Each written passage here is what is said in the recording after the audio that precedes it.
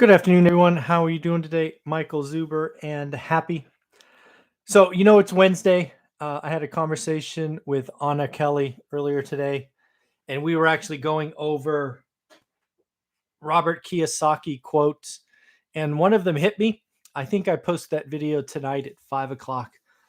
The quote basically goes something like, stop saying you can't afford it and, figure it out, something like that. Again, the video with Anna goes live at 5. I've been thinking about it for the last, 5 hours or so, because as I admit in that series, I still carry baggage from when I was younger and where money was kind of a stressor.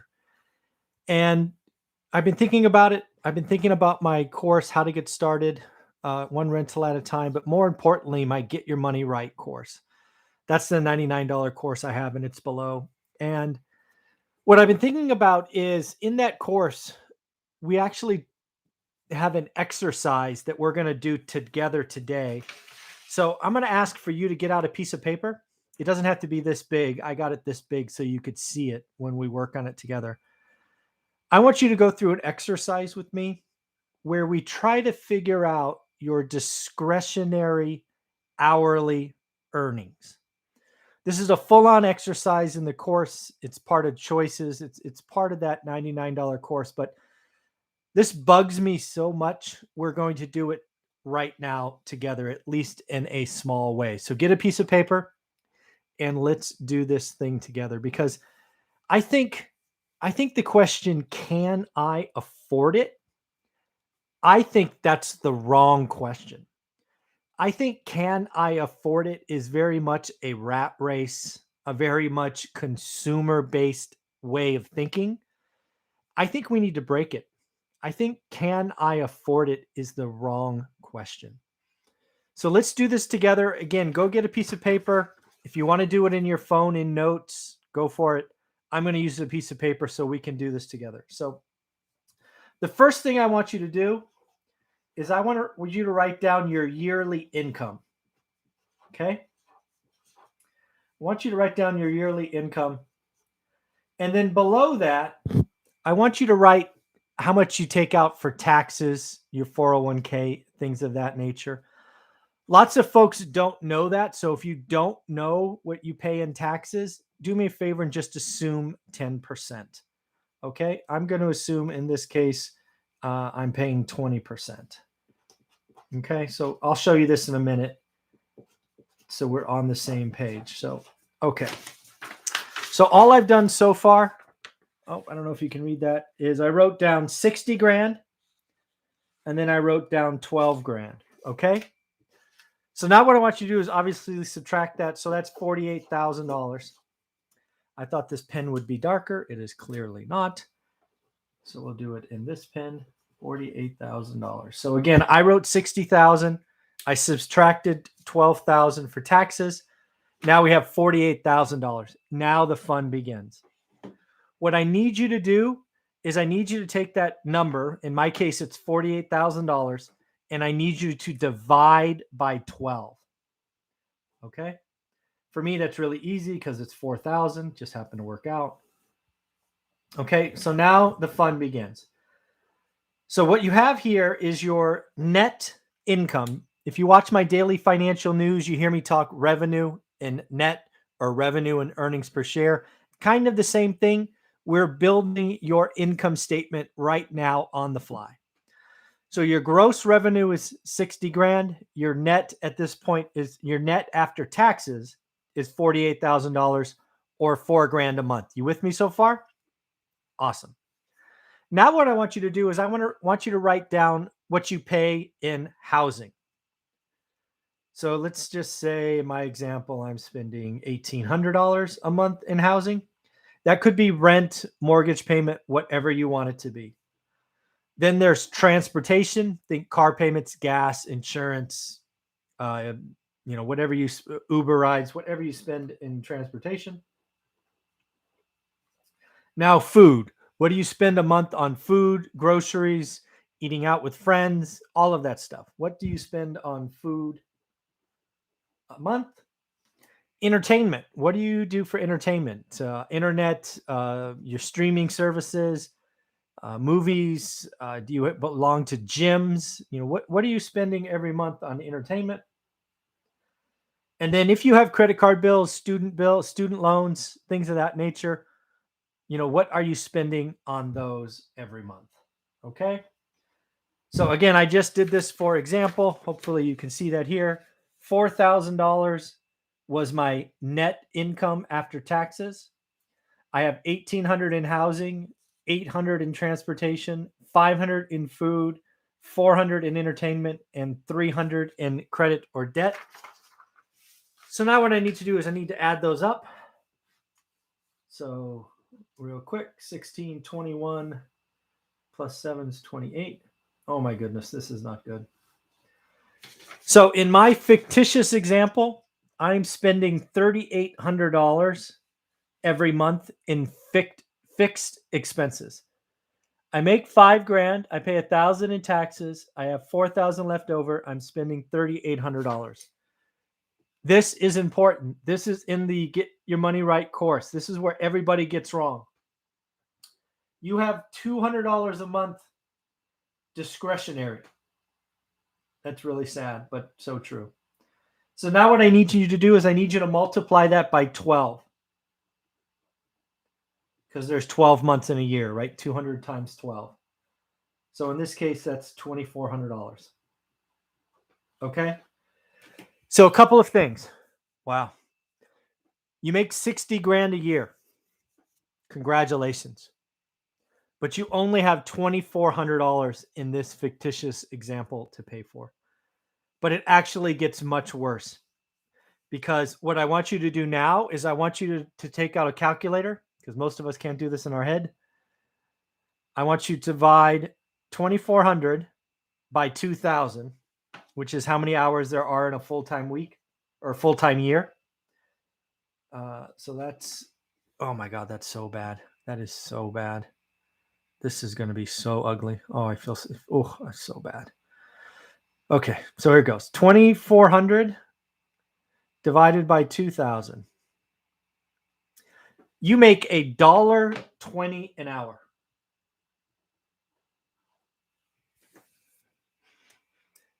That is the rat race eating your lunch. Again, this is fictitious. I hope nobody is in this similar situation, but you only make $1.20 an hour. That's all you make. Everything else is spent. Think about that $1.20 an hour. That's so bad. Oh man, I should have done a different example. But anyways, $1.20 an hour.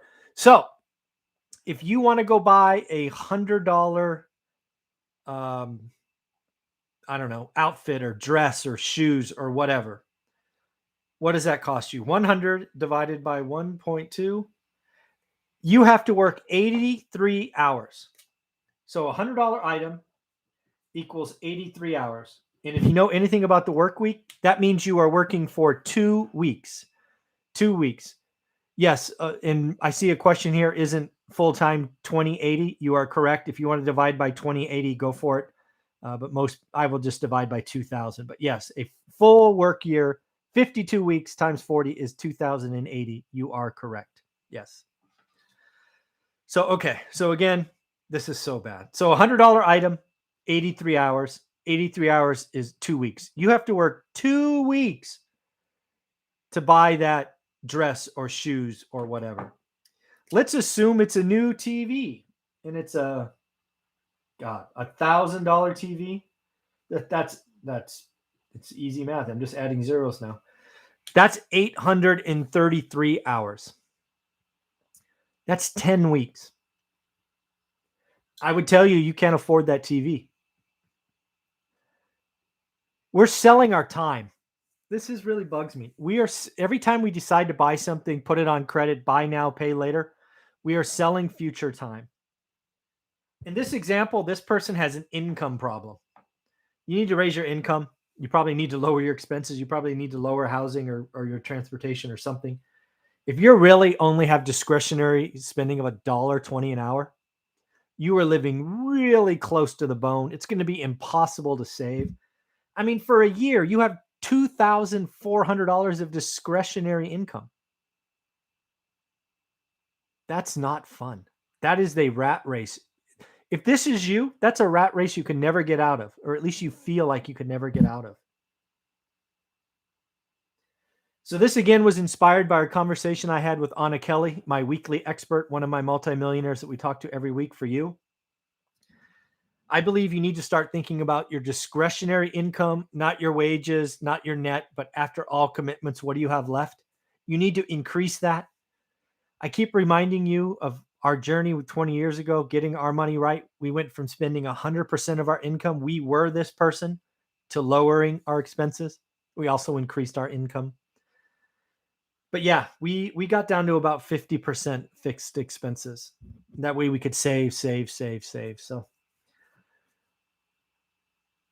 consumerism, shopping is an American sport. This buy now, pay later thing that Amazon investing in scares me to death. You can buy stuff on Amazon at $50 and pay over time. Sort of like layaway of the 80s. Pretty scary to me. So again, go figure out your discretionary hourly wage. In this example, it's $1.20. And then every time you want to go buy something, don't look at the price tag, do the math and ask yourself, is it worth 83 hours for $100? Is it worth 833 hours for $1,000? I tell you, you'll buy a lot less stuff. And have this conversation with your kids. In the course, Get Your Money Right, we talk about a kid's video game. Same deal. Ask your kid, is it worth mom and dad working for 6 months, 3 months to buy your video game player?